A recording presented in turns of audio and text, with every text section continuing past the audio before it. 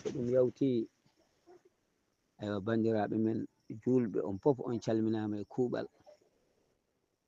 Eɗen dardi julɗo fof kala bawɗo waɗa oɗo duwawu wasa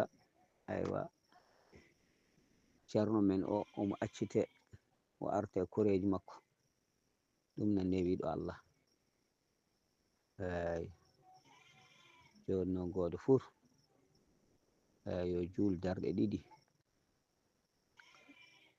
Darɗe ɗiɗi de caggal fatiya janga hen li ilafi quraishin laabi 15, so silmini wala astaghfirullah temedere, juula e nelaɗo temedere, so gayni waɗa wala nubaddilannahum min ba'di khawfihim amnan, wala nubaddilannahum min ba'di khawfihim amnan, waɗa oɗo temedere walla waɗa mo 313 adadu rusuli.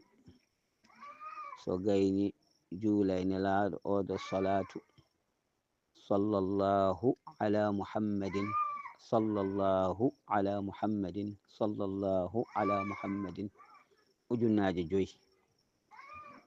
Allah e wonde moƴƴo e ko yiɗi nelaɗo makko ko, inchallahu mawhum tan en haaju men o, inchallahu renana en ceernajo o artiramo ha e nder galle makko, tawa omo reeni omo kisi. Ɗum na newiɗo Allah, Allah waɗan en ɗum, Allah waɗana en ɗum ngam bawɗe makko, ngam kattanɗe makko, ngam yurmede makko, ngam yiddemo oɗo nelaɗo mo hono mun ala. Ɗum noon eɗen mbiya allahumma salli wa sallim wa barik wa karrim ala nabiyil ummiyi wa ala alihi wa sahbihi wa sallim adada ma fi ilmillah salatan da'imatan tadumu bi dawami mulkillah.